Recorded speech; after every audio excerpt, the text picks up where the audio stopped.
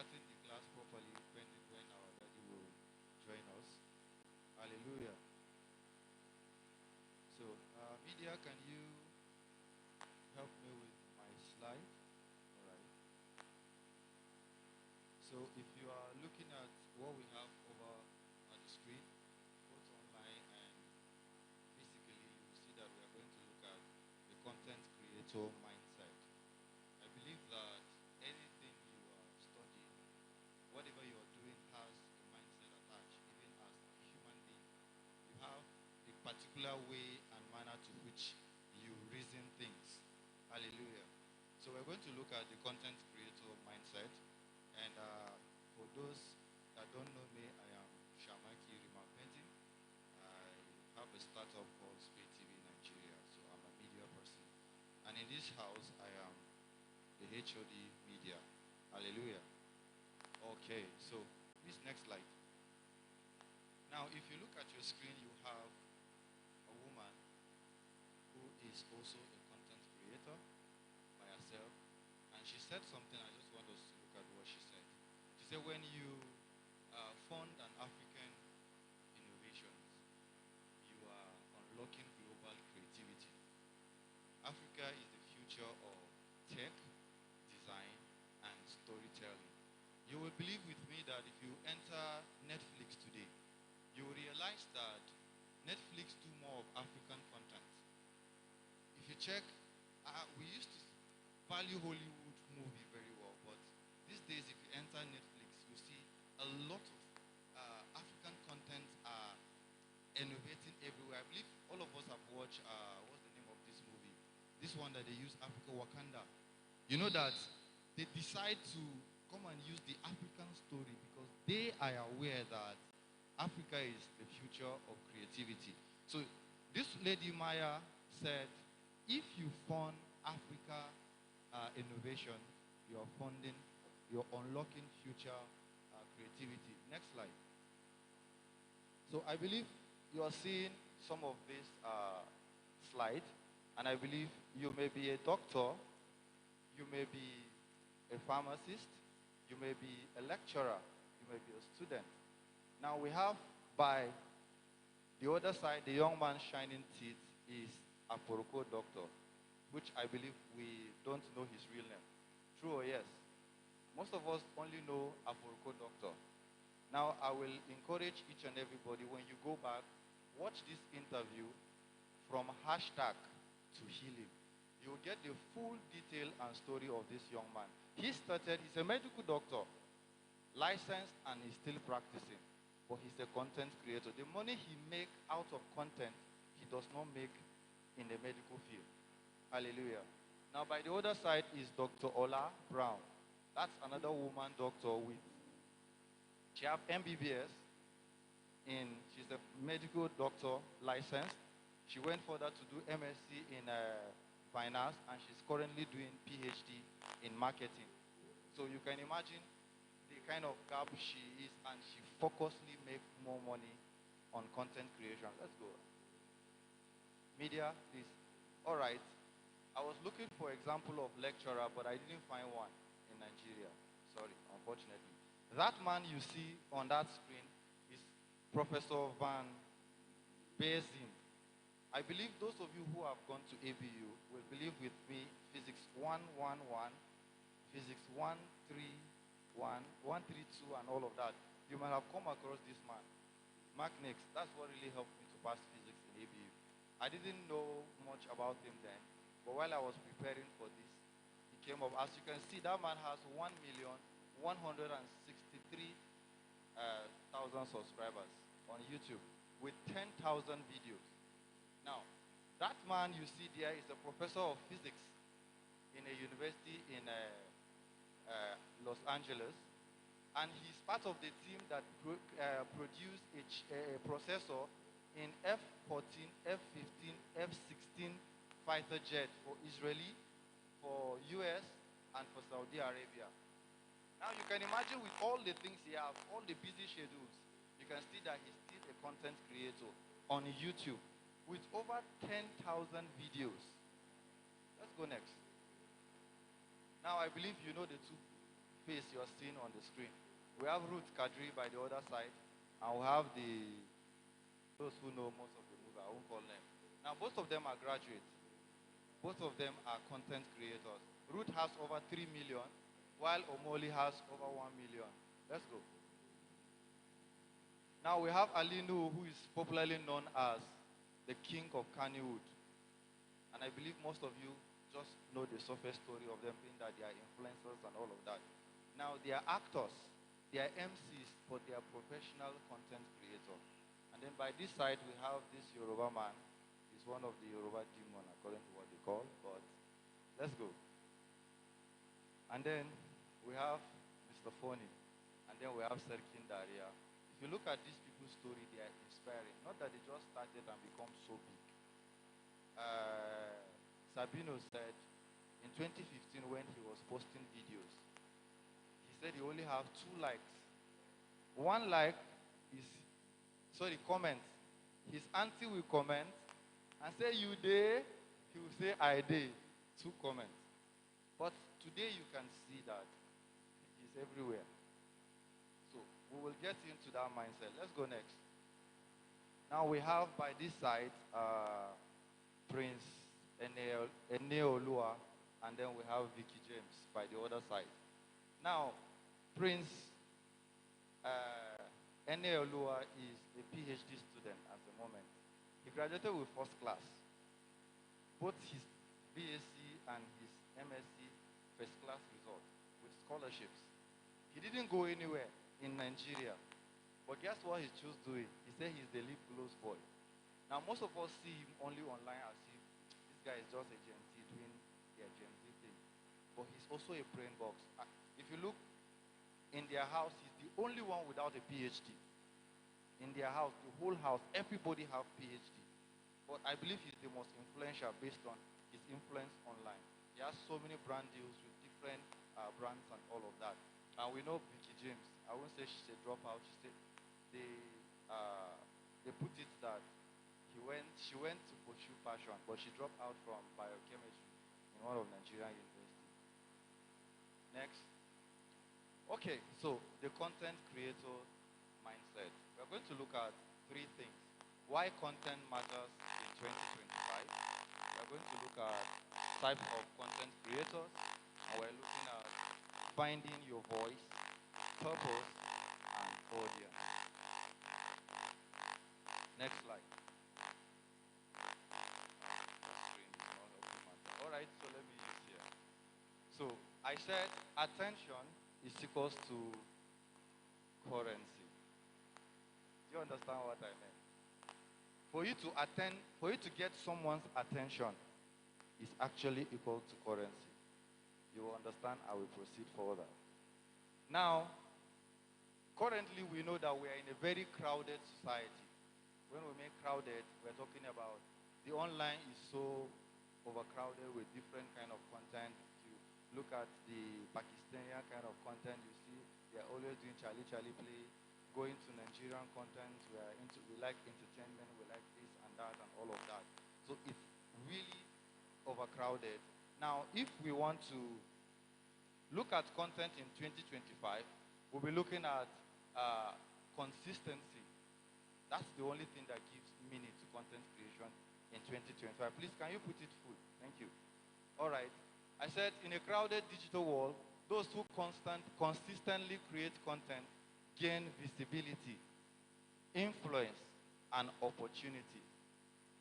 Now, you agree with me that AI and automation float the internet. If you check now, you see different contents like AI-generated animations, this and that, and all of that. But only those who are real get the kind of attention. People get attention by seeing real. They don't look at perfection. People are looking at how real a person is. I believe we've seen there's this lady that called Crackhead sometimes. She'll just go to market and start shouting, start crying. And then, before we know, she have over 500,000, 1 million followers. So people, if you can, you are that real, you're that, you're not being you. It enables people to really connect with you. People don't connect with how much time you put in the content. They connect with the real, they're trying to find connection. A lot of people are bored, will I say, or they have a lot of things. They just need to have somewhere to connect. People are actually lonely. Yes, let me use that word. So they need to find connections. That's where looking for your audience now means who will now hear what you want to say. So people are actually lonely and they need to find connection somewhere. That's where I said uh, your attention, giving attention to something equals to currency. All right? Please put it full screen. So in 2025, content is not just communication, it is reputation, education, income, and impact. Like I was saying before, I said whether you are a doctor explaining wellness like Akoroko doctor does, or you are a pastor sharing your sermon. I believe you've seen our daddy in the Lord, see what he has been doing during using commanding the day, and so many ministers. That is content. And when we say content, we should not just look at it as comedy. Anything that we put together is content. Godly, worldly is content. All right? So let's look at the content in a very wide perspective. So whether you're a pastor sharing sermon, it's a content. Or a student showcasing project, it's content. All right? And what you want to do is you want to bridge the gap between what you know and who needs to hear it. Very important. What you know versus who needs to hear it. These are the two fundamentals of content creation. What do I know? After you've discovered that which you know, who needs to hear what I have? Who needs to hear that the embodiment of the knowledge I have? Who needs it? Next slide. Full screen. All right, so the rise of the internet creative middle class. I just drew this from somewhere to illustrate a point. 17 years ago, this person called Kevin Kelly famously proposed that an artist could make a living online with 1,000 true fans. Time has time proved him right? That's what we'll get to find out. Next slide. What is the creator economy? So that's what we want to look at. First, we'll look at the mindset. So we're still processing. So what is the creator economy? The creator economy refers to the ecosystem of individual content creators who monetize their skills, knowledge, creativity, or influence directly through digital platforms and tools. So those individuals, for example, like Aboroko doctor now, he's a medical doctor. He tries to create awareness of your physical well-being, how you can live better life through his knowledge of medicine. And he's also sharing it and getting something at the end of his creators economy. It's an ecosystem consisting of various content creators individually that monetize their skills. Next slide. The content creator empowers individuals to build businesses around their passion, around their personalities, using content as the engine and community as the fuel. Now, you are like myself, I'm a GIS trainee. So I know how to use GIS. I know how to analyze data. Who needs my data? Who needs what I know? The community, that's the audience now. My skill versus the audience. That is the content as the fuel, the community as the community as the fuel and the content as the engine. So you know that engine and fuel goes hand in hand. Next slide. Full screen. So why is content booming? You will agree with me that on the internet right now, what is booming is content. Basically, everybody's trying to create something. Everybody's trying to do this. Everybody's trying to do that. So why is it booming? Now,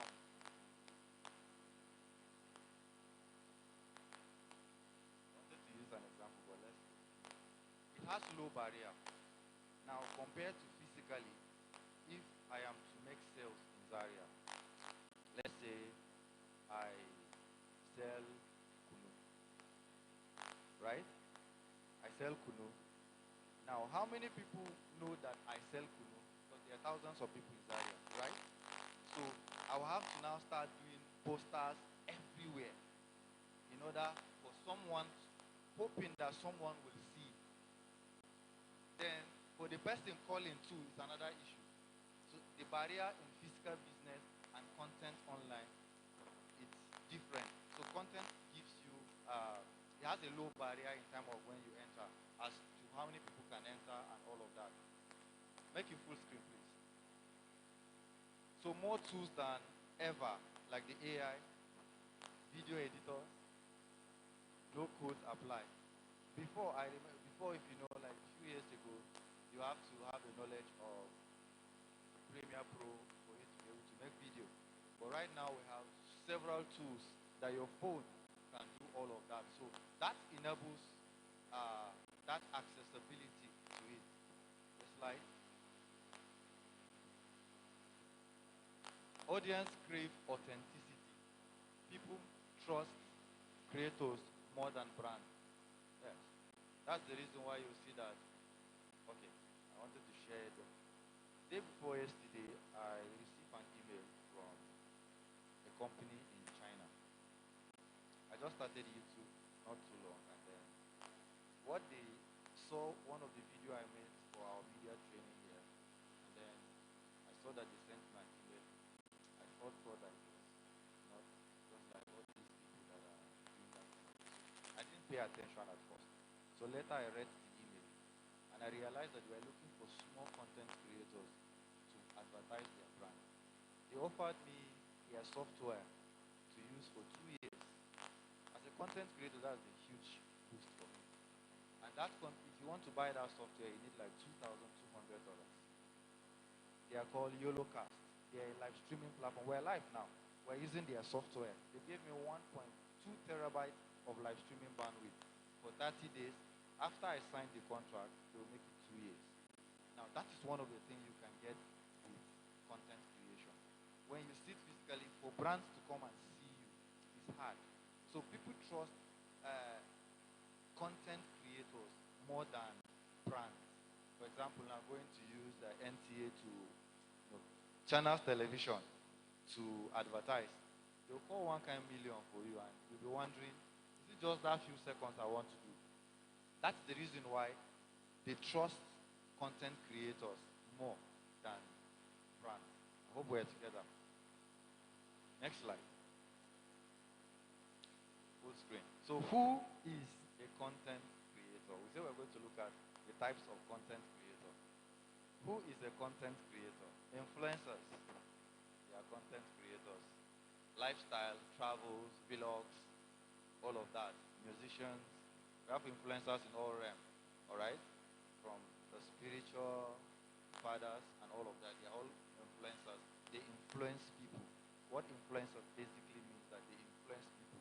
Influencers must not be that big before we know that influencers are people who has influence. I may have influence over a few people. I'm an influencer to them. Alright? So in terms of content, influencers are those people who have all of those. So influencers are content creators, educators, lecturers, teachers, what again? Students. They are all content creators. Alright? So thirdly, we have niche experts. I believe if you go on YouTube now, you will see where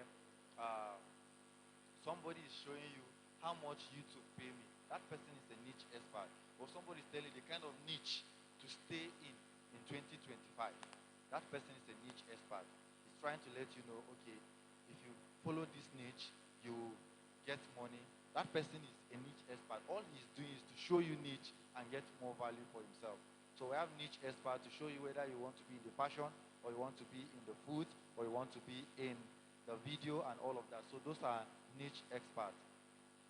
And then we have, please make it full screen. We have the independent journalist. Now I've come across in my 3 years, 4 years rather, in this media, I have recruited some people from Masscom and I have to drop them.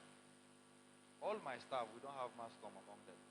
The only thing these guys have taken their time to do is to read books. We have to train some of them. I think I even prefer those from theater and performing arts. You know that what you're studying is going to earn you. You're going to be a newscaster, or you're going to be in the field trying to uncover different things. Speech is an issue. Have you seen where somebody is talking and they say, that's because the person do not have adequate information. If you have adequate information, your speech will be fluent. Sometimes we'll do interview, go to see a big person to interview, and then this person is doing we'll replace the person with an engineer. So at the end of the day, I have to say, please, stay. So the thing is, these people can have a podcast where they learn how to talk. I learned how to talk on my system. I started YouTube 2017, teaching GIS. I graduated from Poly 2017. I learned GIS, and I just moved into content creation when I entered Zaria. The person who encouraged me to enter YouTube, as I speak to you, he does not have a YouTube channel. He was supposed to be here. I don't know whether he's listening to me online. But he encouraged me to enter YouTube, showed me the various tools I was going to use to start YouTube. But he himself did not have YouTube channel. So you can see, sometimes those are strategies God has put in place for various individuals. So what I'm saying is, I learned how to talk on my system. While I am learning how to make content, I'll go online, research as much, write it down, keep it in my phone, and be reading it verbatim. That's what I do. I was reading it verbatim. I did that over time. Right now, if I want to make video, all I need to do is to know what I'm making video on. By just spending time on your passion, it will just flow. All right, let's go. Next slide. All right. The big numbers in the creators' economy. Now, the total number of social media users globally is 5.1 billion. This is a 2024 statistics. 5.1 billion. What's the total number of people on earth? I think they say 7 billion, right? Now we have 5.1 billion are social media users. Okay? Percentage of who created and publish regularly, those who publish content on a regular basis, their percentage is just 5 to 7. That is, those who wake up, okay, have content calendar, like I'm making videos for the whole week, I'm making videos for the whole month, they're just 5 to 7%. And content creators globally, we have 255 million to 350 million creators worldwide. Do you know that all of you guys sitting here, 80% are content creators? You know that, or you don't know? 80% of you guys sitting down here and those watching online are content creators. We'll get to know that. Let's go next. So the estimated population of content creators is 300 to 500 million. They just estimated. That is on Instagram, TikTok, Twitter, Facebook, LinkedIn, and everywhere. They gather those number of people who publish content, whether regularly or not regularly. As far as you post happy birthday on Facebook, you're a content creator. That's how it was calculated. As far as you posted a video, maybe you share Command the Day video, you share any Dunamis video or any church video, or you share anything at all. You see any of this comedian and you share it. You're classified as a content creator. Okay, let's go on. So 67 million individuals worldwide are identified as creators. Now, why are they identified as creators? Because they make money from their content. Out of how many million did we talk? 300 million. Only 67 million makes money. And this 67 is not as if they're making money every month. So we'll still break it down so that you understand. So the source, this is one of the people, what they do basically, they deal with marketing statistics and all of that. This Goldman Sachs, this is their statistic of 2025. So the global market value of content, that is how much have been generated from content, is 250 billion as of 2023. And then this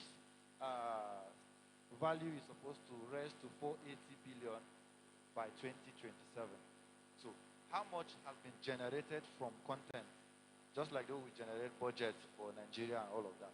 How much content has, the value of content so far in monetary, it's 250 billion. That's the 2023 statistics.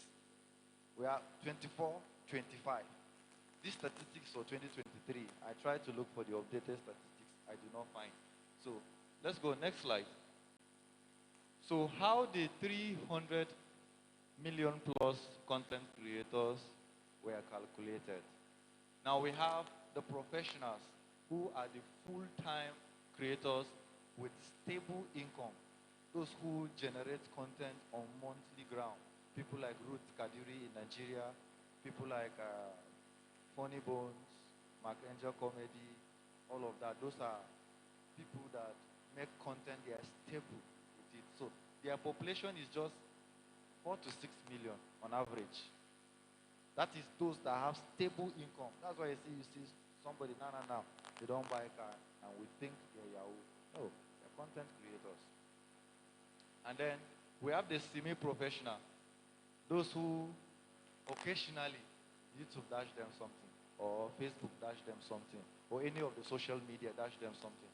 We have 25 to 40 million of such people. And then we have the casual and aspiring. They're regularly creating, not constantly paid, or not even paid at all,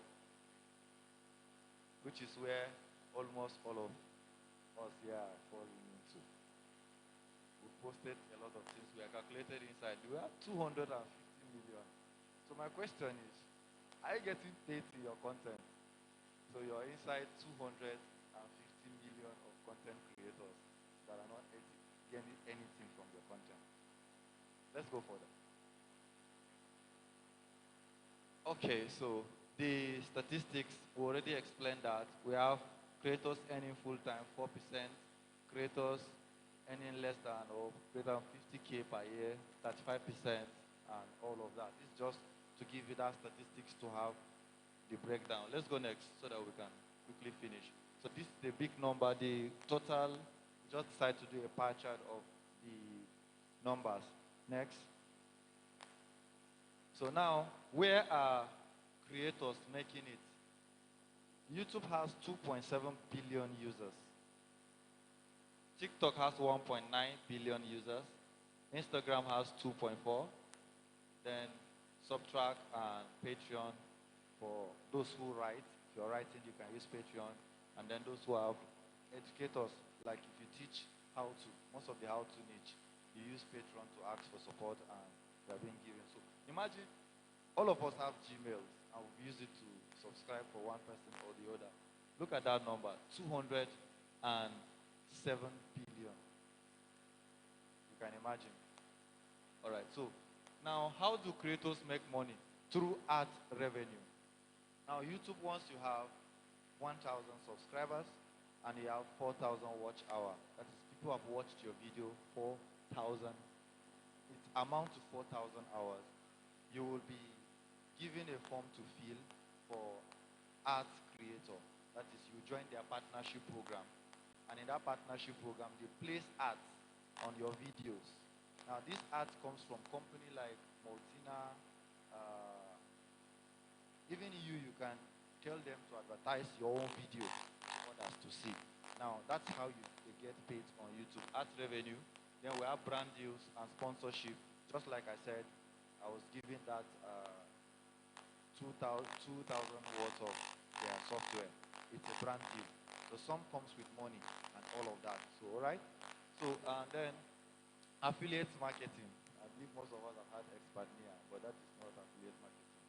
All right. Affiliate marketing is when you have digital product and to exchange it for all of that. But most of the times they just come up with something that will not last and say affiliate marketing. But we'll not talk about that because that's not the main cost. Just want to show us where they are making it. We have fan support through Patreon, and like I said, if you're an educator, that's where you get support from and all of that. And then finding your voice and purpose. Now, you only need 1,000 true fans to earn steady income. We remember we said this from the beginning, while Kelly said that. So there are AI tools that helps with scripting, designs, and editing. Educational content is blooming. Platform rewards consistent creators. Next. So, popular myths and the truth.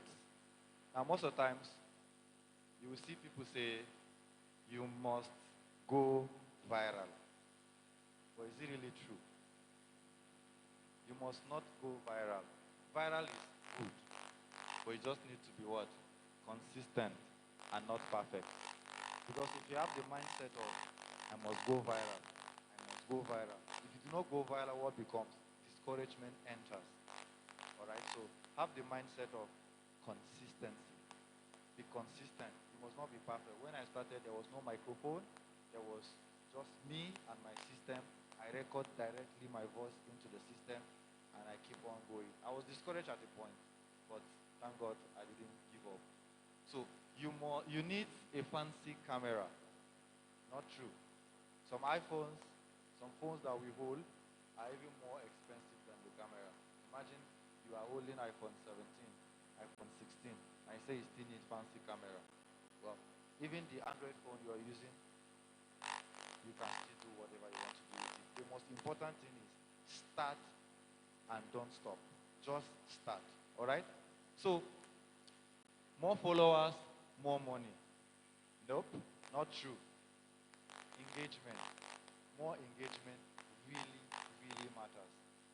You can buy followers, you can buy subscribers, but you cannot buy engagement. Even if you buy engagement, it's still not engagement. Alright? Will you keep spending money to buy all of that? So you just need to focus on what? Engagement. Instead of focusing on the more I have more followers, the more I can decide to say, okay, all of you guys, pick your phone and subscribe. If you're not engaging, it doesn't really mean much to me. Alright?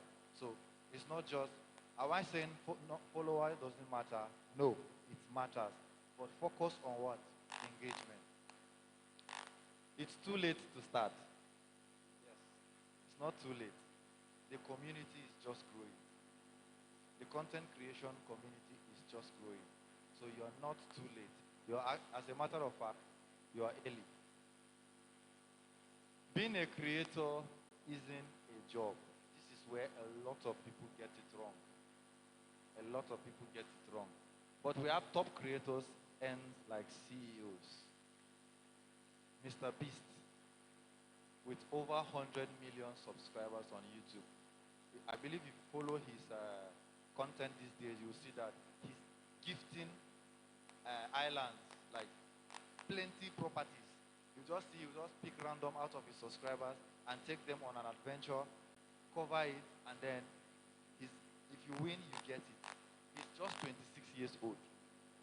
He has over 100 million subscribers on YouTube. He posted on X, I think last year, he said, who can do it like him? Because he gets over 20-something million subscribers, million subscribers every month. So Hamster Combat, I believe you all know Hamster Combat. Hamster Combat broke the record in 1 month. Then C. Ronaldo, put it back. C. Ronaldo broke it in 1 hour. So all of these people are big content creators. They are earning big time. CR7, Cristiano Ronaldo. And we have our own almighty Archangel comedy in Nigeria. That guy needs to be studied. As a matter of fact, if you want to really do content, you need to look at the startup of Archangel comedy. So I I just decided to put those numbers there so that we can see. We have Mr. Beast, we have Cristiano Ronaldo, and we have our own very Angel comedy. Next, simple tools to get started. Basically, you just need CapCut on your phone. Just get a CapCut and you're good. Alright? Then you need Canva. For graphics, for thumbnails, you need ChatGPT or DeepSeek or Grok. All of those AI tools will help you to put your script together, generate idea. For example, okay, we have sessions where you'll be taught how to generate all of those things. Now, those things help you to, like, when we started and now, the difference is much. You can see that now you can easily tell, give me 100 topics on so thing. You get it. And then you begin to look at which one you can work on inside and all of that. So the AI helps you with tools to, like, the ideas, scripts, and all of that for you to get started. Then we have the Notion. Content plan.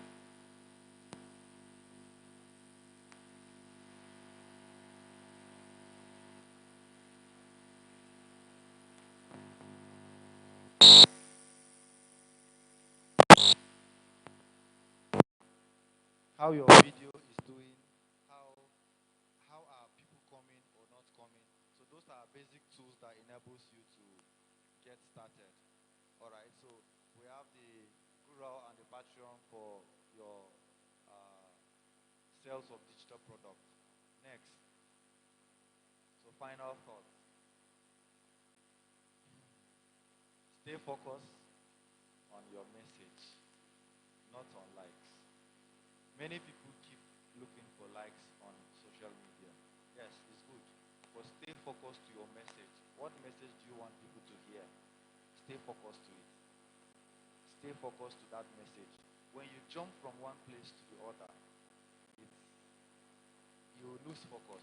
So when you stay focused to your message, you realize that people will begin to like your message, and then the likes will come, the comments will come, the engagement you need will come. Please put it full screen. Be authentic. People connect with real, not perfect. People are not looking for perfect people online. They are just looking for who is real that they can really connect with. Alright? So just be real. Just be authentic. Just teach that math you want to teach. Real. I've seen quite a number of tutorial video on YouTube. The man do amo. I can't do am, too. So you can imagine, do you think I'll go back to that YouTube channel? I won't go back. So just be real. Do it. Share the knowledge the way God has given you, the way you learn it. Share it. Be real. Connect with them. So once they are seeing that real nature of you, they connect with it. That's why I see Nigeria, they say it's a sympathetic state. Small thing now. Person that is, even the tyrant will come and cry online, and we are sympathizing with him. That's the nature. So just be real. Alright? It's like this. Start small, build slow, grow big. Just have that as in your mind. We're looking at the creator's mindset, right? Start what? Small. Build slow. Grow big. Those are the mindset you need to have as a content creator. So start with what you have. You have a techno phone, start with it. You have, as far as there is a camera in that phone, start with it. Because we are connected online, I do not want to share something maybe he will not see. But I know someone who is very popular in this area. Very popular. I know him when he does not even have an Android phone. The person who bought an Android phone, out of one of his things, the person said, can we chat on WhatsApp? And he said, I do not have an Android phone. It was a lady. She bought Android phone, way bill it all the way from where she was, gifted him, bought data for him. If he had not started, do you think somebody will hear his message and then to that level of saying, let's chat on WhatsApp. I said, I don't have a WhatsApp group. Don't worry, I'll get it for you. So please, whatever you have, start with it. Don't wait until I have all the gadgets on earth. I've been saving up for camera for 2 years now. The money never completes. So don't ever think of starting when you have everything. Start with that which you have in your hand. If you remember, God asks, what do you have in your hand? He said, just a rod. So that rod in your hand, start with it. All right? Put the slide up, please. So pick a topic you enjoy. Ladies, you sabi cook and you love it. What are you doing with dancing on TikTok? Teach us how to cook. That thing that you have passion for. That thing you love so much. Teach it out. You must not go and okay. I don't think Mark Angel started comedy when comedy was trendy. He created it, and then we are all following him. Please start with that you love, that very thing you love. When I started creating videos on GIS, there were other people creating videos on GIS, but nobody uses Nigerian data to make video, including the Nigerian creators. I was the first. I said I was not going to use the man that taught me GIS, teach me using American data. But I said no. I started looking for Nigerian data. I am in Nigeria. Let me be identified by my location. So please start with that which you love. You must not really keep following others. You have a lot of things there. People who can teach maths, teach physics. Get a paper, solve it as a video. If you like, don't even explain, just solve it. Post it on YouTube. Post it on any of the platforms that you feel will give you the traction you need. So start with, pick a topic you enjoy and constantly, because truly, if I've seen people resign from job, right? Because they are not enjoying it. So imagine you pick a topic you're not enjoying. You create content, the next thing you're weak. Then that's how it goes. I have a lecturer that started a YouTube channel within a few days. He reached 200 subscribers. And up to now, he remained there. He's so stressed. He doesn't want to do it again. So please pick what you love and continue with it. All right? Full screen. Be consistent and not perfect. You see, consistency have been appearing more on what we are saying. So consistency is very, very key. Build your community. Focus on value. Give value. Everything you want to see, let it give value. Let it not just be say, I want to do content. Let it give value. All right? Next slide. Content creation is not just posting. It's a discipline that blends storytelling, strategy, and self-awareness. It's not just about posting. What are you posting? What's the strategy? Is there a discipline to it? What's the story? What story am I really telling? Because everything we do as a believer, we will account for every single thing. Our mouth, our eyes, our actions have done, we account for it. So what story do you want to tell? When I started YouTube channel, I see people going into gossips and all of that. I was tempted at a point. My channel not to grow. I was tempted to follow. But I said, what will my children see when I give birth to children? So please, let's also have a mind. We're talking about the creator's mindset. So let's have a mind of what we are putting out there. All right?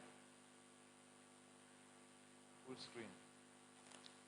If you can master your message, you can move minds. This is very true. Once your message is, you've mastered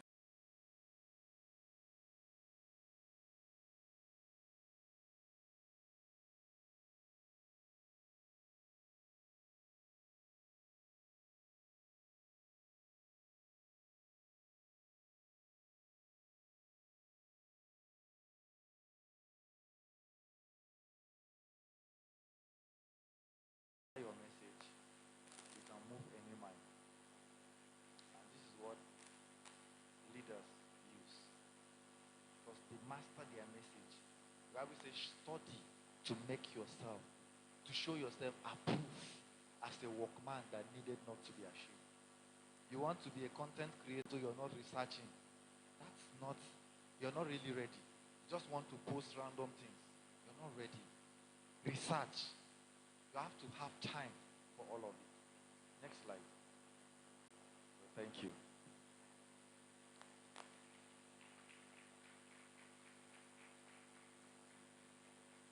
So before we continue, the question and answer session will take after the whole session. So we will. Okay. All right. So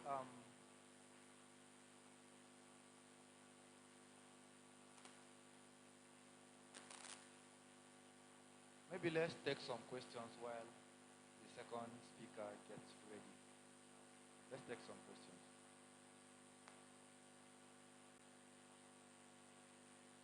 Any question? Anyone with questions?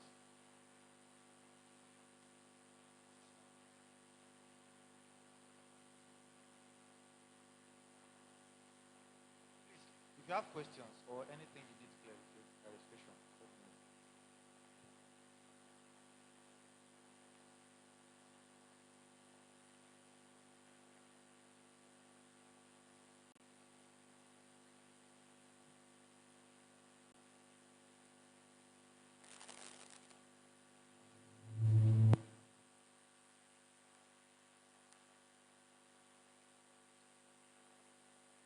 Okay, so the second speaker is ready.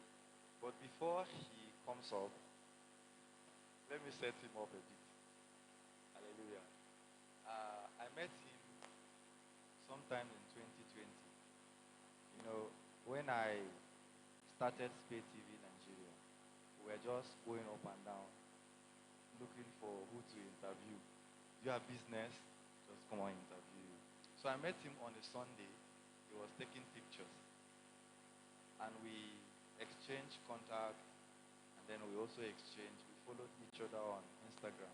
I will not forget, as of the time we followed each other, I was having 2,000 followers on Instagram. He was having 3,000. Do you remember? He was having 3,000 followers on Instagram. But as I speak to you right now, I have only 5,000. But guess his followers. He has 163,000 followers on Instagram. He's an influencer hidden in the city of Zaria. His creativity is out of this world. So, ladies and gentlemen, permit me, and let's, with a round of applause, let's welcome Rufai. He's the creative director of Kingsville.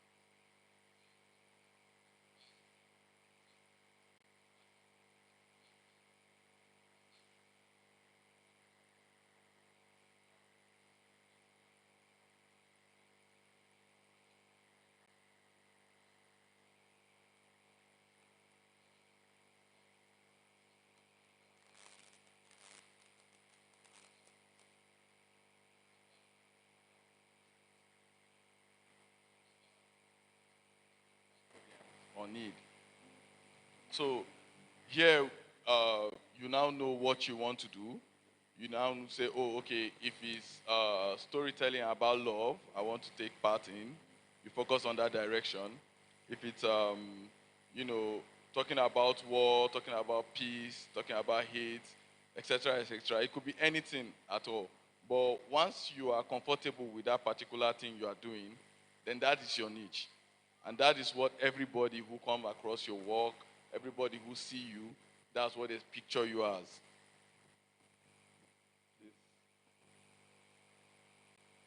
Next slide. Okay, so here we are saying why finding our niche really, really matters.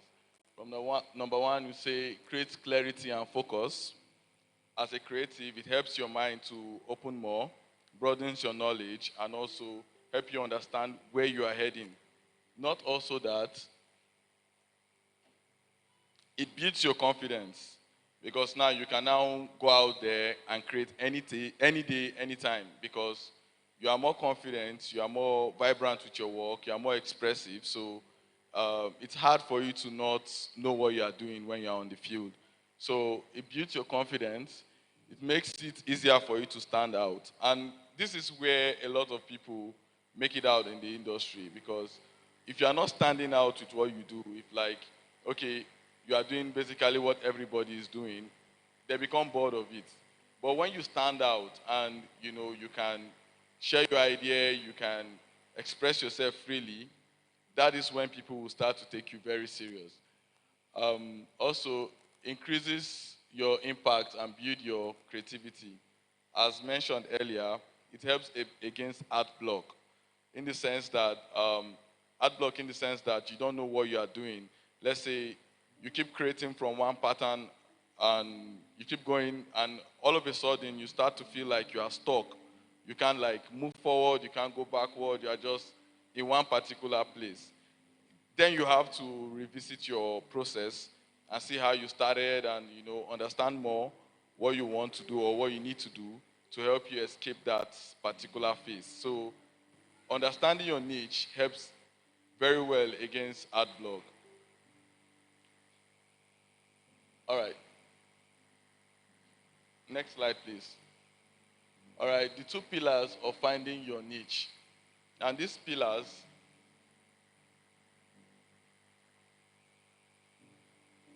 all right, these pillars is one, what you love and what you are good at. So when I started photography, I'll use myself as a case study. When I started photography, I was basically doing what everyone was doing. I was doing different retouching series, portrait. I want to take birthday pictures because I want to cover wedding because I needed the money. But at some point, it became very blurry because that was not what I was meant to do. So I start to have art block that if I don't get to see other people's work, I can't express myself. So that became a very big problem. So I had to come back and ask myself, okay, why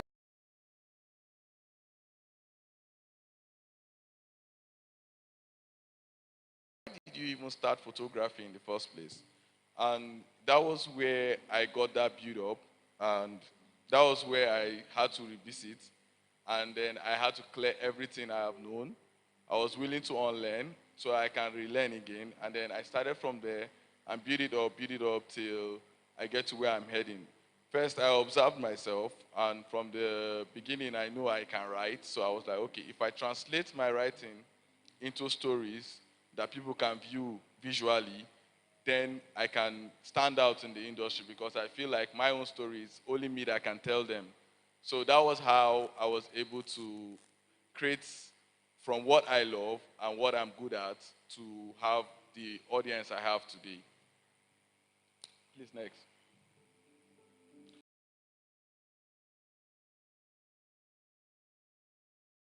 So now, the steps that I took. The first step was self-discovery. I asked myself, what excites me or energizes me? Also, what topic do I love learning about? So these are the things that push me to the point of self-discovery because I have to understand what I am very, very comfortable with to be able to put myself in that mindset to want to grow. Step two, I identify strengths and skills. What have I gotten good at? At that time, I learned a lot of camera settings, lighting, etc., etc. So that was something to leverage on. And also, people were always commenting on the abstract work I did because they kind of like reflect to it.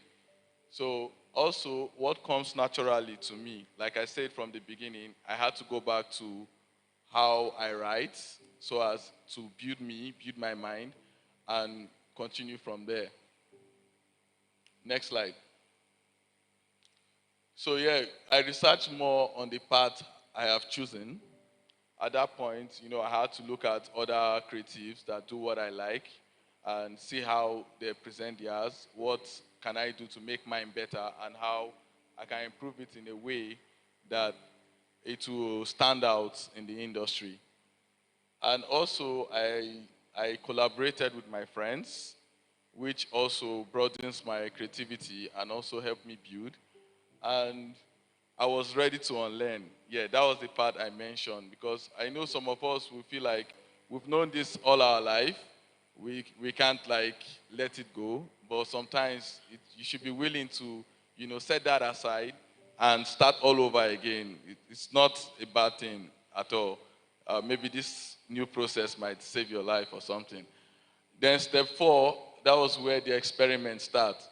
You start exploring, and also do not be afraid to make mistakes, because yeah, I made a lot of mistakes growing up, but in the end, that was what built me to what I am today. And then I also learned to share content. I share with my friends. So what do you think about this? Share your knowledge. Although some might not come out as I want it to be, but yeah, the fact that I'm willing to unlearn to learn again helps me to be open-minded and helps me to grow from there. And then be open to correction and be ready to be consistent. So this part of consistency is actually very important, because after understanding your niche, you have to also understand that you have to put in the effort. The effort in the sense that you go every day, every morning, every afternoon, night, basically make it part of yourself. Like I was shooting um,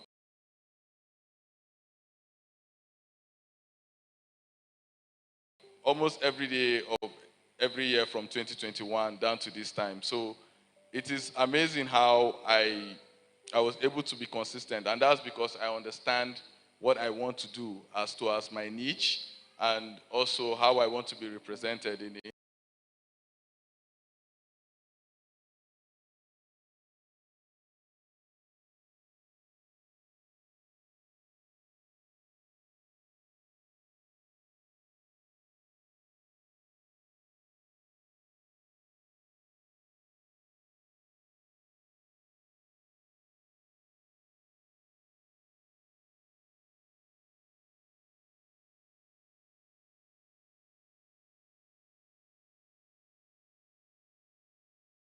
industry. So yeah, I'm open for question and answers before we move to the next section.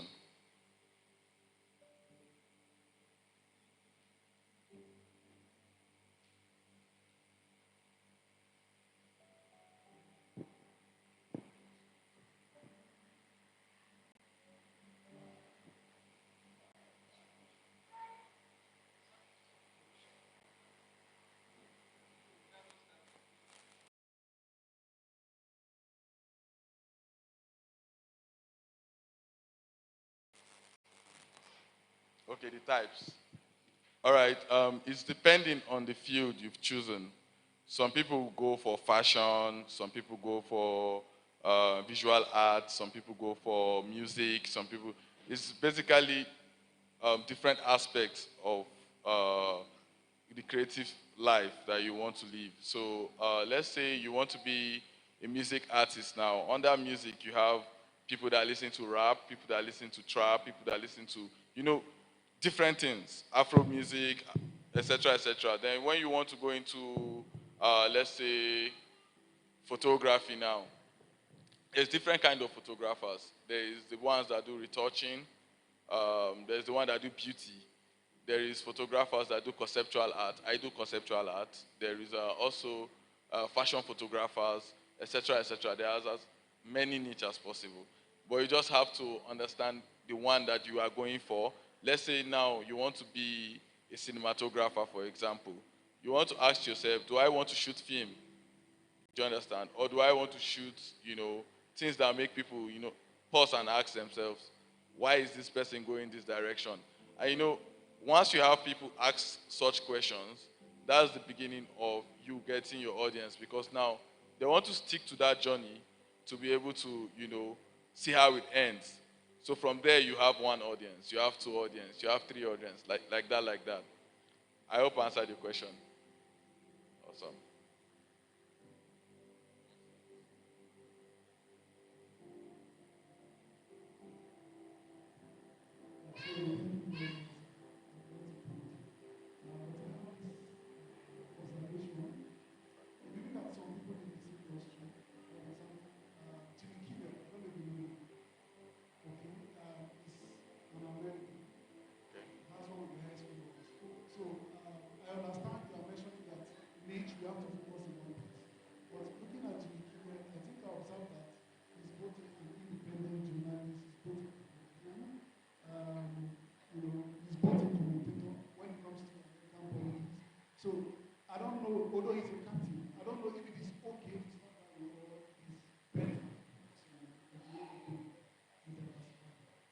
I would say it's better you start with one that works for you perfectly. Like I don't only do photography, but I started with photography. Along the line, I start to broaden. I don't only do conceptual art in terms of photos. I still create like a different genre of art, like street photography now. I added that to my portfolio, and I'm growing them together and still adding fashion and still adding like the writing, everything. You just have to start from somewhere to plant the seed so that you can start to have, growth with branches and then fruits from there. Yeah. Okay, if that's all the question, we'll be going to the next topic. All right.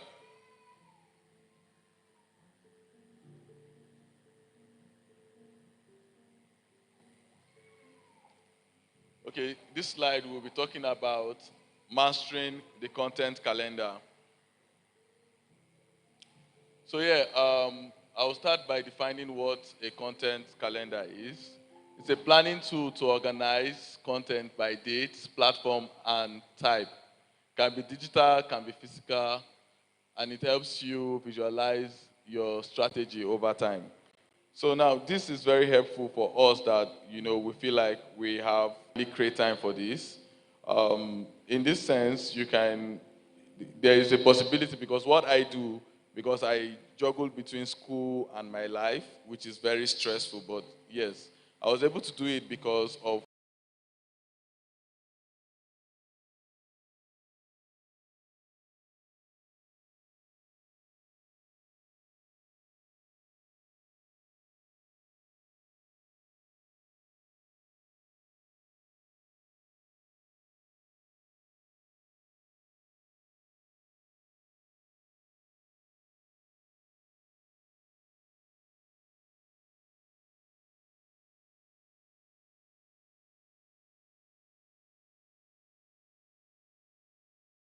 how I was the days I have like less classes, let's say 8 to 12, and I don't have classes down to the other part of the day.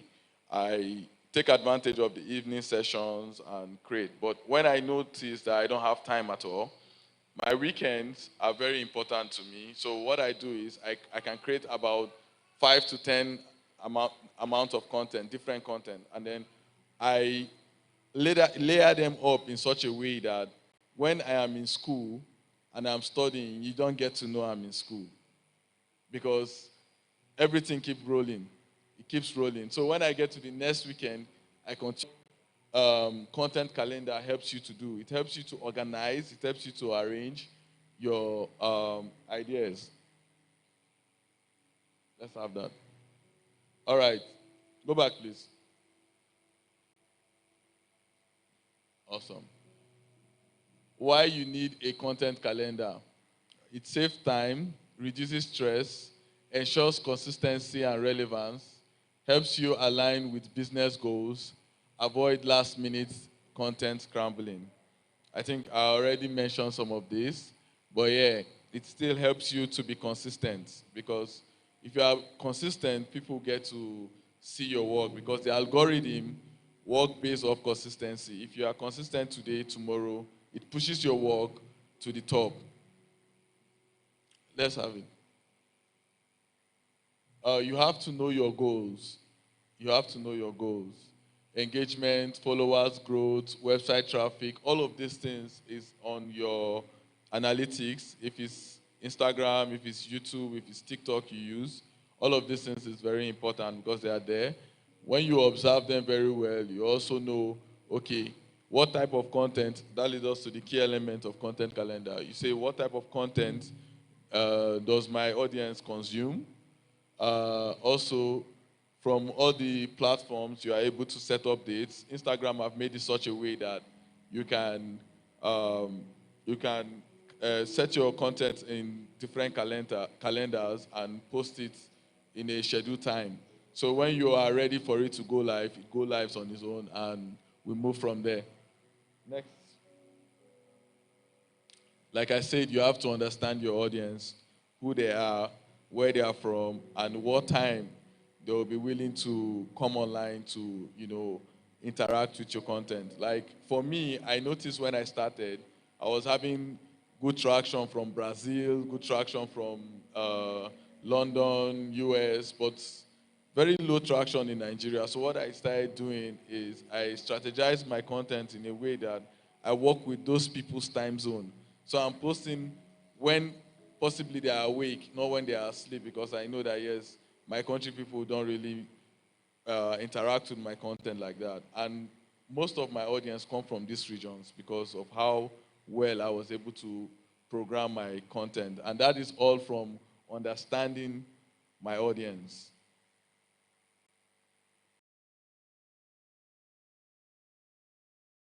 All right, so planning your calendar. We can use a weekly or monthly view. Yeah, there is weekly and monthly view. You can channel your content in either evergreen, seasonal, that's trending, promotional posts, and also engagement content. You just have to label them in such a way that you know what you are doing and you keep the account very active for as much as possible. And then the tools that you can use for all of these calendars, you can use Google Sheets, Trello, Notion, Canva, etc., etc. Next slide, please. So, like the sample of the weekly calendar, as you can see there, on Monday, there is Instagram tips and carousel. On Wednesday, TikTok, behind the scene. Friday, YouTube monthly recap. This is something I do always. Every Friday, I try as much as possible to post a YouTube video. Every day, I try as much as possible to post an Instagram video. Same way I do with TikTok. So these have all helped all my accounts to be very, very interactive with my audience. And also, the content calendar best practice, you can batch create content, stay flexible for trend, analyze results monthly, and repurpose content across platforms. For instance, now, if you post some videos on Instagram, you can take those videos back to TikTok or even YouTube Shorts, and post them there. That's the form of repurposing those concepts or those contents. And then you see the content cycle you plan, start from planning, down to creating, down to post, down to analyze. When you analyze, you learn so as you can improve, and also you can be able to understand your audience better. Content calendar best practices offers tools, editable calendar, content idea list, hashtag banks, and caption starters. All these are in your Instagram. If you check right under the analytics, you'll be able to see each and every one of these. Next slide. Okay, yeah, final tip. Consistency builds perfection. You have to focus on value, not just volume. Your calendar is a content map, not a prison. So yeah, that's for those people who feel like it's not so flexible. It is always adjustable. Just understand that. But the main goal is to stay consistent and be able to build up from there. All right, I think that's the end of my slide. Thank you very much. Yeah, I will be taking questions. Anyone that want to ask question from this slide.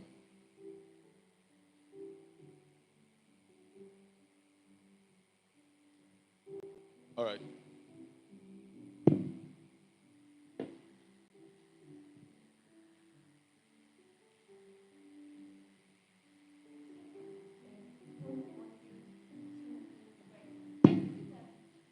Videos you make on weekend, you then post them those times. Yeah, like I said, what I do weekends, I create a lot of projects. You understand? And I split those projects between different days of the week. Sometimes it could be if I was not able to create that weekend, it could be that project that I've created like long time ago, I will repurpose them. That is the whole idea of repurposing, so as you don't burn out yourself, but you are able to still stay consistent. Praise God. My question is on the is there are kind of like niche that maybe if you go to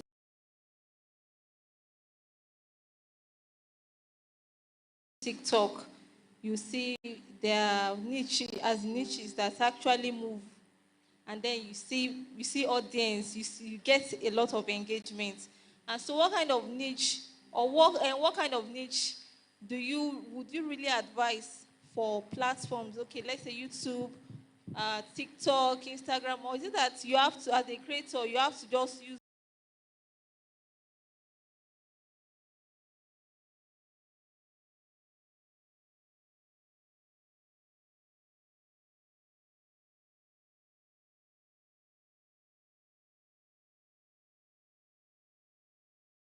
Depending on what you are comfortable with. I know people that don't use Instagram, but they use TikTok very well.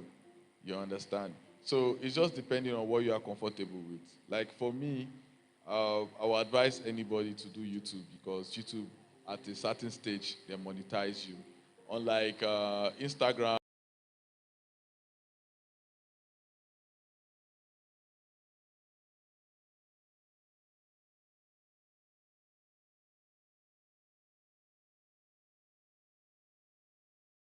and TikTok, that you have to go live, you have to do some certain things before getting paid. But other gigs do come from those areas, you understand. But if you are creating and you have the large audience, then maybe companies can look at your page and say, oh, I want you to work for me. I want you to do this for me.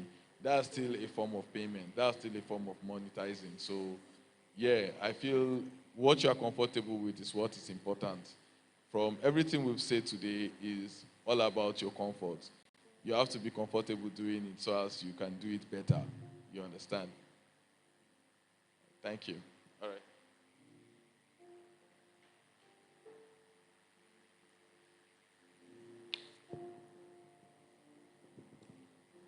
Sorry, I want to still ask about the niche again. Okay, no problem. A Christian, we are always told about purpose. So whether it's niche, I don't know whether, for example, I have interest in health, but my purpose is not, so it will be different from what I have interest in. So about health, well, that's different from my purpose. So I don't know whether purpose, interest, and niche are different entirely. Well, this is not my first school. I was in Footsmina. After 41 months in court and a lot of money spent on legal fees, I want to finally talk about my ordeal in the hands of the Economics and Financial Crimes Commission, known as the EFCC. This is a video I've always wanted to make. It's a story that has haunted me for the last 2 years. I'm glad I finally found the courage to share this with you. My aim of doing this is to start a conversation about this very powerful government agency. Perhaps we can look to have a government oversight because they are beginning to act like the... Now, I found YouTube in my final year in the university. A very good friend of mine had trusted me enough to invest in my first ever attempt at entrepreneurship. We started a restaurant business together in the university. But the sad truth was, we weren't making any money. The idea was making food deliveries on campus. No one was doing this at the time, literally bankrolling me at this point. So one day, I sat myself down and decided to learn whatever it was my friend was doing to earn himself money. This was when I was introduced to YouTube or editing. So after I decided to learn by copying. I literally copied whatever when it was just re-uploaded content, you know. Anyways, the channel is no more, so don't ask me why I'm not uploading there anymore. As my channel blew up, so did my social status. I got a car, bought properties, and after graduating, I got married to my secondary school love. Yeah, I can see this one. But before our wedding, we started another business. This time, a supermarket. The business was doing well, and this was when I decided maybe it was time I invested in media. I started a brand called Millionaire Challenge, where people would discuss and debate on a certain topic. We would select a winner who will become 1 million naira richer. This to me was a way of giving back. I thought I was helping my community. I thought I was doing something great. Well, that's my story, or part of it. But what happened next unraveled my whole experience and threw me into a dungeon where I've stayed for over 3 years. It was 8 a.m. on the 8th of March 2019. I had other ideas. When the phone rang that morning, I was angry I didn't put it off before going to bed. But when I saw the name of the caller, my eyes were calling me that early. Well, the message quickly changed my mood. Was the moment I was informed that the EFCC has ordered all the banks to freeze my account and to arrest me should I visit any of the branches. I woke my wife who was sleeping peacefully beside me and I said to her, "Babe, there's trouble." I mean, we had just started construction on a property and a payment was due for the contractor.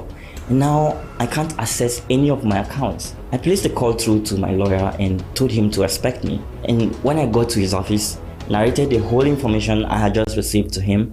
He was angry and he asked me, "What do you want to do?" I told him I wanted to go to the office that same day and confront whoever gave that order to freeze my account. I wasn't going to run from a fight knowing I did nothing wrong. But he advised against it because that was on a weekend and he didn't want anything that would make me spend a night there. But I did, and I went to see another lawyer. But she too said the same thing. She wanted us to pay them a visit on Monday morning. So after a few consultations, I followed her counsel and we waited. It was the longest weekend of my entire life. My temperature rose, my blood pressure was rising as well. I questioned myself time and again. So many thoughts flashed through my mind. I remembered asking myself if it was possible to have committed a financial crime without knowing it. I couldn't wait till 8 a.m. on Monday morning. I wanted all this to be done. When I woke up that morning, I didn't want to drive myself that day, so I called the manager of my supermarket and told him to come drive us to the EFCC zonal headquarters. He was already aware of the situation, so they had instructions not to open the business until this was sorted. After kissing my wife goodbye, we drove to my lawyer's residence where we picked her up and off we went to the EFCC's office. This was my first time in any form of police office. I had seen movies where people were interrogated by law enforcement and never in my entire life had I imagined it would be that tough and tense. My lawyer told me repeatedly to relax and just tell them the truth about what I do. So I did. When we first got there, I saw some familiar faces from the banks. 3 of them, I didn't think it was any of my business what they had come to do at the EFCC. After all, they were a financial institution and this is the agency in charge of financial crimes. So, Defend Myself also represents one of the big banks that had frozen my accounts. In fact, one of our associates from her law firm was there that morning with some documents from the bank. I had no idea how connected it all was. When the EFCC officials started questioning me, they seemed friendly at first. They said they wanted to know me, but the more I told them about myself and the business I was into, the more questions they seemed to have. They were just never satisfied, and it was surprising to me. Thinking about it now, I regret telling them anything at all, because if they had something incriminating on me, they would have said so. We were there answering questions for over 5 hours. I got tired and I told them I wanted to go home. This was when they brought out a file and told me to write my statement and that anything and everything I said could be used against me in court. So I said, whoa, what the hell is going on here? Am I being charged so they can help me? He said they had obtained an order to remand me in prison, but before that, they would love to go search my house for more evidence. My banks were here just this morning with all of these papers, and now they were in on all of this. They wouldn't let me make a call.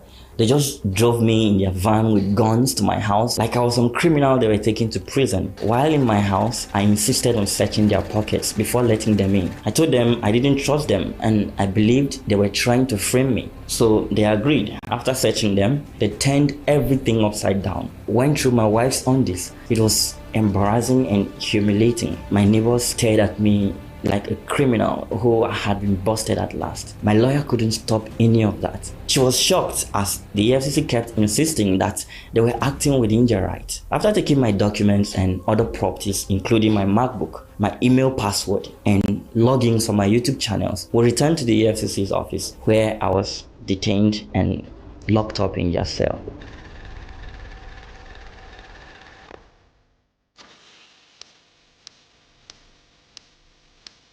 The first night was as part of the night questioning God. It was my darkest time. I woke up the next morning before the cock crowed. Even though I had slept late, mosquitoes wouldn't let me. And when it was 8 in the morning, the investigating officer came for me and they took me for more interrogations. This time, my account statements earlier to the agency. I was angry. Are they in on this? I asked myself silently. When the panel of 4 started bombarding me with questions left and right and all sorts of intimidation, the lawyer guy stood there like he was their witness. I felt I was all alone and filled with rage.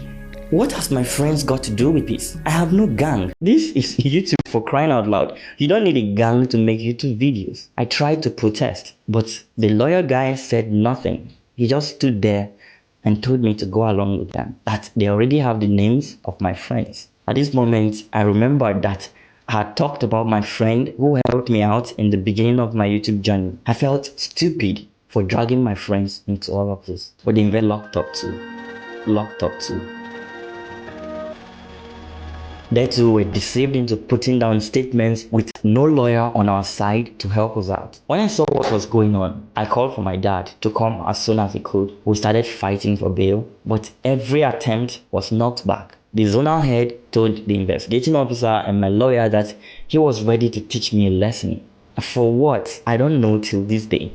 On the 3rd day, my first lawyer, who had advised me against going to the EFCC's office in the first place, he came to see me. I narrated everything to him and he told me I was being manipulated and that these guys are up to something. This was when we decided not to engage in any further conversation or answer any of your questions. I played along with the lawyer who was working with the bank. This time, I began working with my first lawyer. So was finally granted. When I got to my house, I cried like a baby. The 4 days I spent inside were like hell for me. I thought about my friends, what they must be feeling towards me for dragging them into this. It was all painful for me to imagine. A few days after being granted bail, I kept getting intimidated by the EFCC's agents. They would call at odd hours, summoning me for questioning on things I had already told them about. I called the lawyer who had accompanied me there and she sounded so uninterested. It was like I was disturbing her. He needed to get me and my wife out of the house like I was some armed criminal. The town wasn't safe for me anymore, so we went into hiding for 3 days. I spent the weekend out of sight, and while away,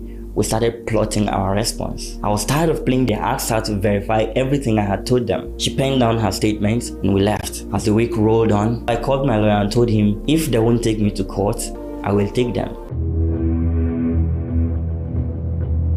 This was when we filed a lawsuit against the EFCC and 3 giant banks that had frozen my account. On arrival at the office of this zonal head, he gave me that look of someone who was out to get you. Like, my lawyer asked him, what else do you need before you can release his properties, since you are not charging him to court? His reply was, we are still investigating, that they will take their time to do whatever they wanted to do. I had thought the court case would be quick and easy, but I was in for the shock of my life. We were faced with adjournment after adjournment. The EFCC told the court that I was making a lot of money, that I couldn't defend the source, and according to them, at my age, my bank activities were suspicious. It was ridiculous.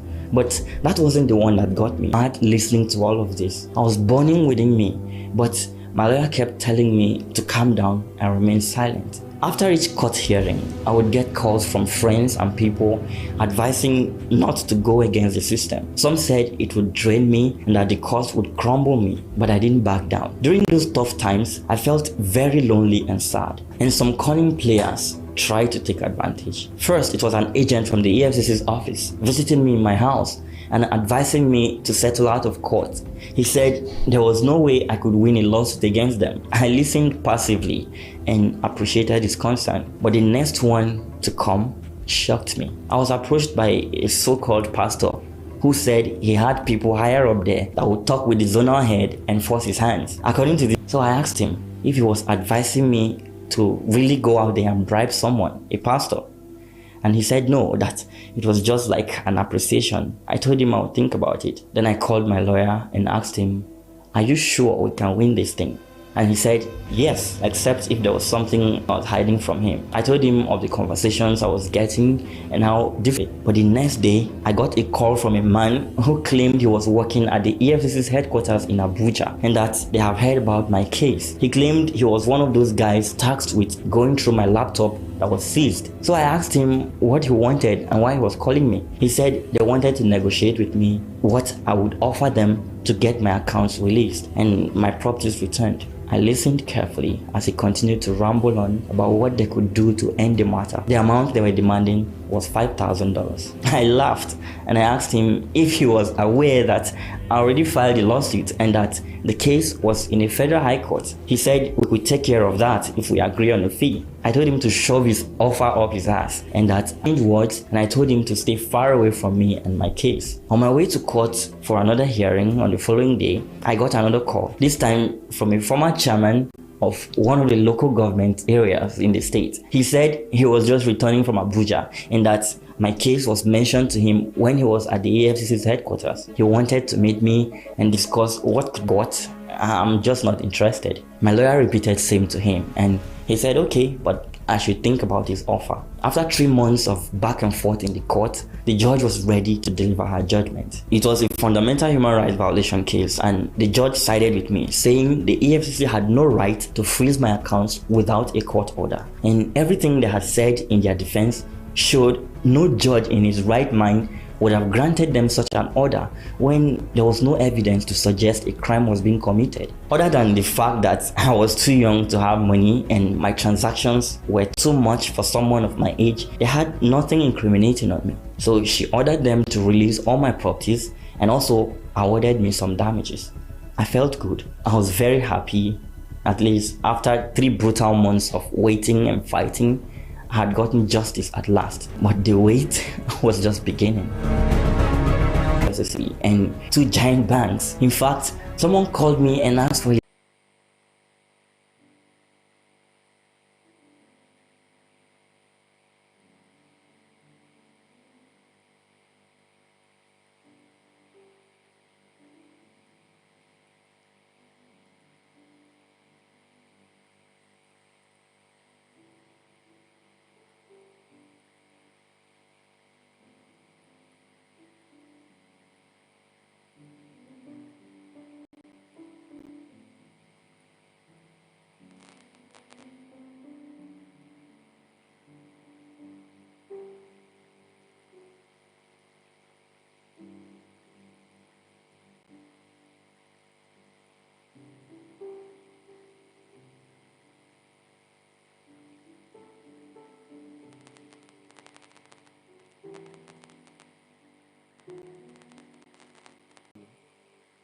Okay, so we're looking at idea generation and we're looking at this tool called Scamper.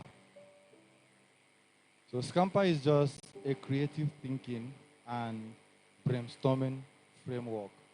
It is used to generate new ideas, improve existing ones, or solve problems by modifying, combining, or reimagining elements of a product process. All right, so this Scamper is just like a tool that enables content creators to do all of that. So let's go and look at what this Scamper means. Next slide. So we have the S, which is substitute. Now, basically, we have an idea on ground, and you look at it and say, okay, what do I need to replace? Among these, what do I need to change? So that's where the S come in. Then the C is combine. Okay, what am I combining? What ideas will I combine or blend with that will give a better output? Then we have the adapt. What can I tweak to fit a new idea? What will I do? Or what do I need to just have a flex of it for it to give me a new, or to be able to boost to a new use? And then we have the modify, which can exaggerate or minimize something. When you want to modify things, you can either be thinking of, okay, am I exaggerating? Am I, minimizing? These are just tools that enables you to do that. Next slide. Then we have the eliminate. Now, what can I remove or simplify from this script or anything? Then we have the reverse. What can I flip or rearrange? Next slide. So basically, if you look at this, the substitute is, what if I use animation instead of slide? You have a content you want to make. Let's say you're trying to advertise for a good. Now, you're asking yourself, what if, instead of this slide I'm using, what if I use animation? Will it resonate more with people, or with slide do justice? So that's when you're either thinking of to substitute or you're thinking of to do that. All right. So combine. What if I merge two topics, like merging history and geography? Like you're trying to create an idea. So you're thinking, if I merge history and geography, how empire grows. Now, an empire is a location. Let's say Greek Empire is a geographic location. Merging it with their history, how do they grow? So you now begin to, okay, I'm looking at how the empire of this grow and all of that. So it's just for you to look at, using these tools, it helps you to create an idea. On the adapt is, can I adapt a TikTok trend to my subject? For example, reacting to student memes about exams. Maybe students saying, school good, but now exams spoil them. Things like that. Those kind of things, they trend well. So you're asking yourself, what can I adapt? If I adapt a TikTok video to my subject, what will it do? That's just the whole idea. Then we have the modify. Can I change the format? For example, turning a lecture note or a lecture into a podcast. It's like a twist. You're modifying, okay, this is a lecture conventionally. So I want to turn it to a podcast. It's just a creative imagination and all of that. So next slide. Put to use. Can this serve a new audience? Simplify topics for WAEC, for JAM, because we know they are 8th grade, so you're looking at, okay, which one will really suit them and all that. So you're putting it to use and you're targeting it at, you simplify it for JAM and for WAEC students. Eliminate, what can I remove? You strip off heavy jargons and then you explain it to a 10-year-old boy or a girl, 10-year-old series. These are the things that will guide you in time of when you want to make a content. It guides your kind of direction, your kind of movement, and all of that. So reverse, flip roles. Student teach me today challenge.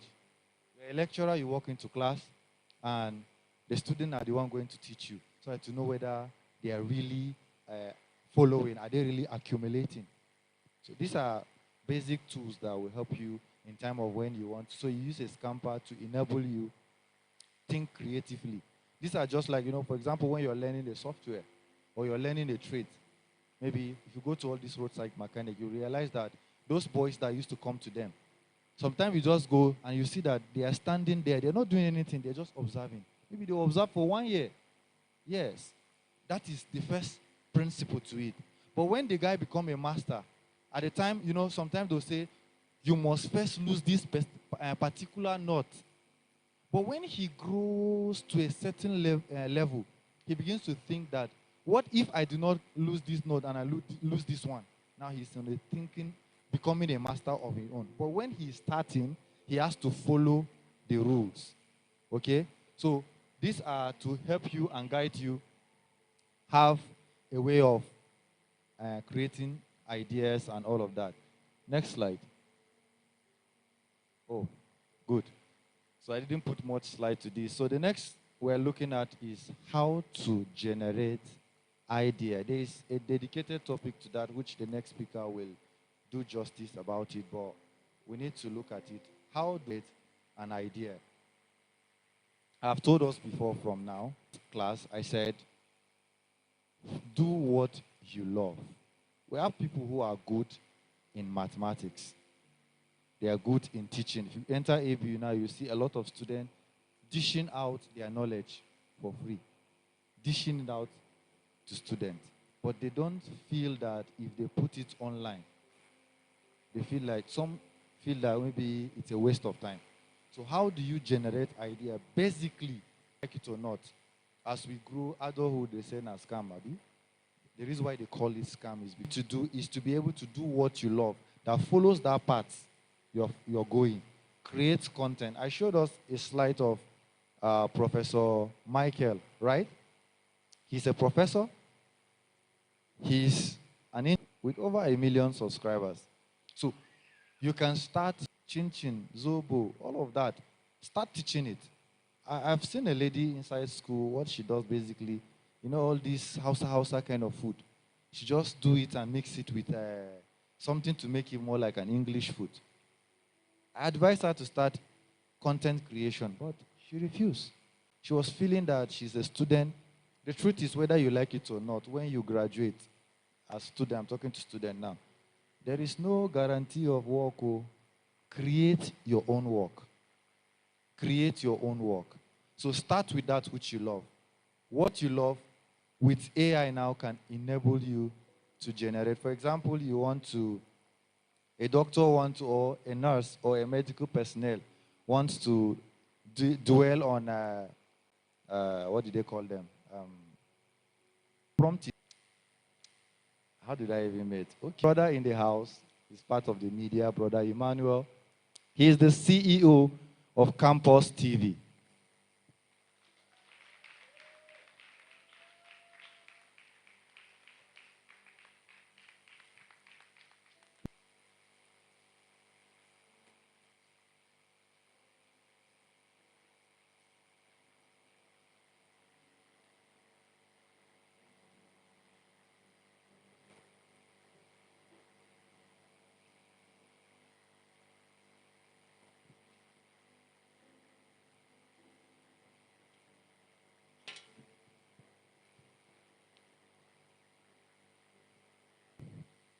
I'll be taking us on,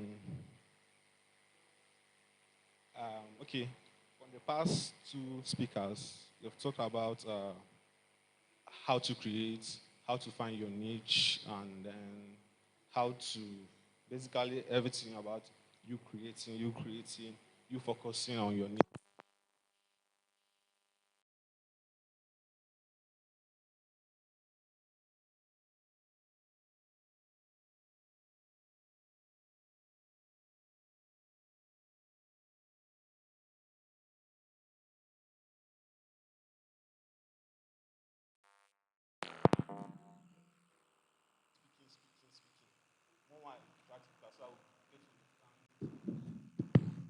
Yeah, so that we get to understand much more better.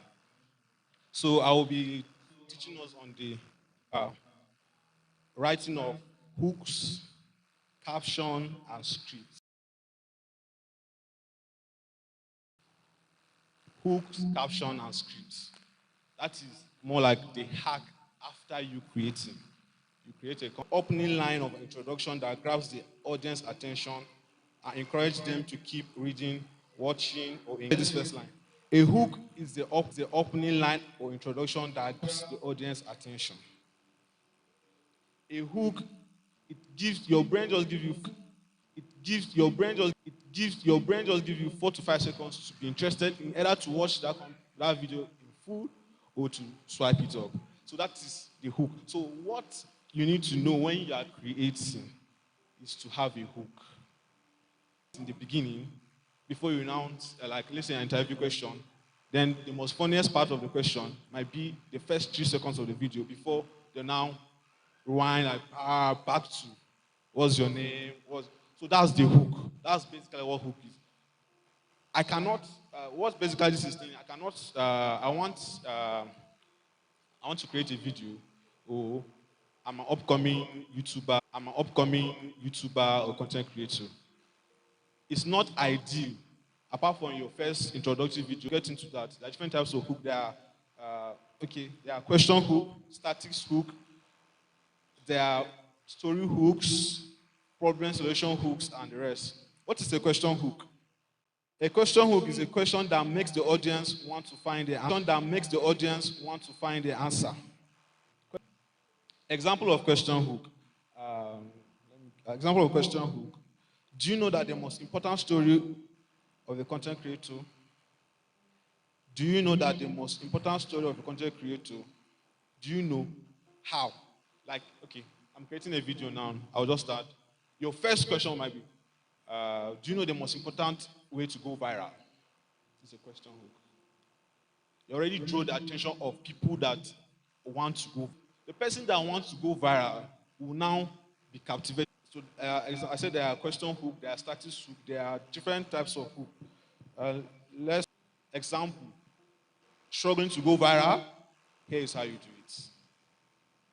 Do you get?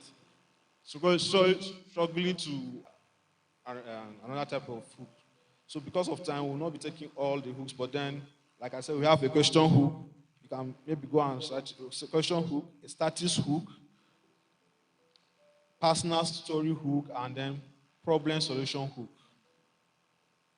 And then, okay, before, like I said, I would like it to be an interactive class. So before I go to the next subheading, if there's any question in this particular one, I'll be happy to answer this.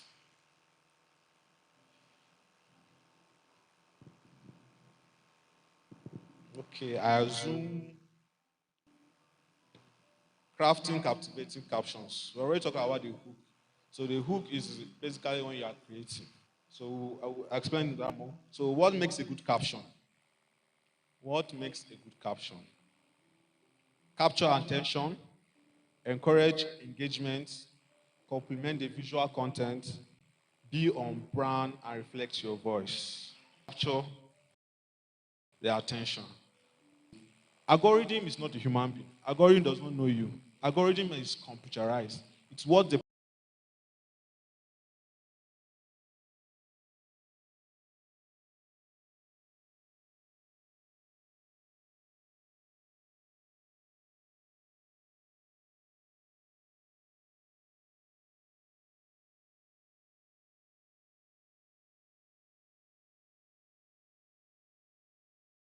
programmer impute in it. That's what it works with. So algorithm is not something that knows this, but just computerized. It's one to put things in place. That's all. So like I said, I studied almost a year just to know how it works. And in things that I've studied, you know, when you're studying, you need to have like a do practical. You study, okay, this is how this works. You have to give it like 3 to 4 days to see whether it works. Okay, it doesn't work. Okay, next. So I studied it well.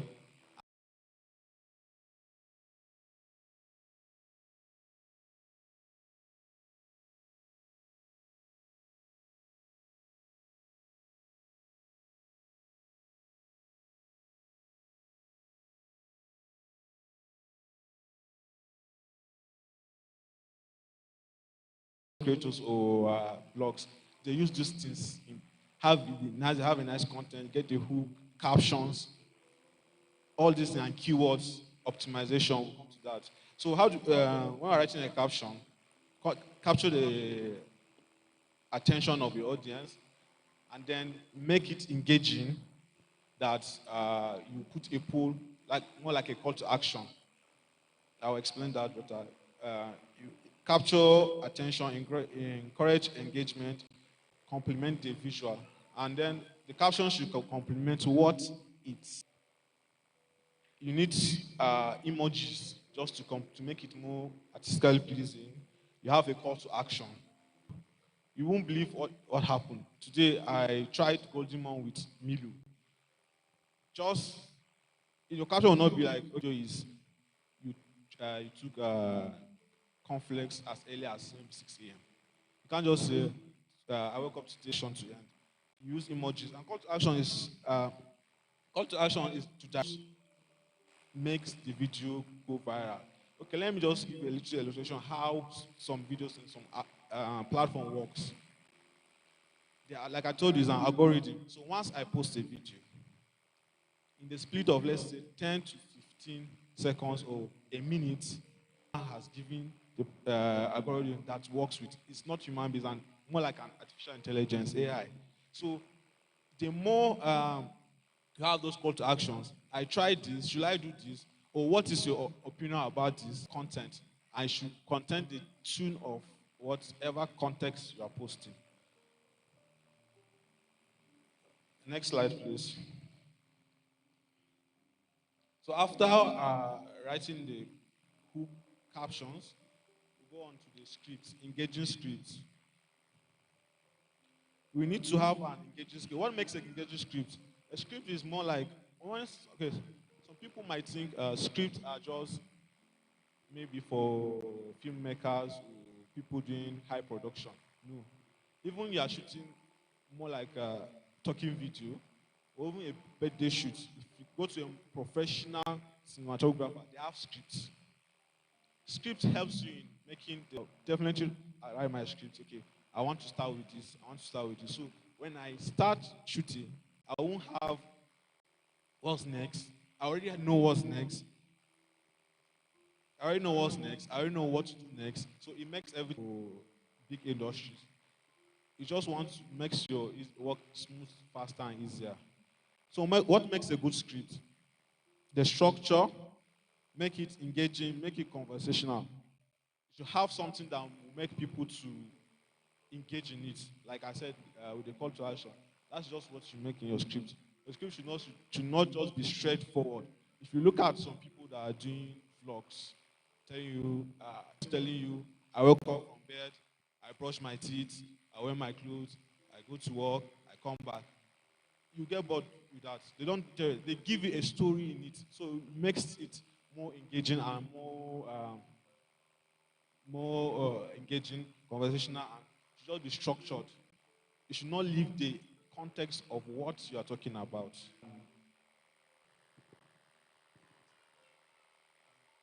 So thank you so much for the timely information. I'm just concerned about, I think you mentioned that it's very important to present content in such a way that within seconds people can just have interest in them. I don't know, sometimes I don't have any channel, so I just want to ask. Sometimes you see some topic, they are enticing, but sound.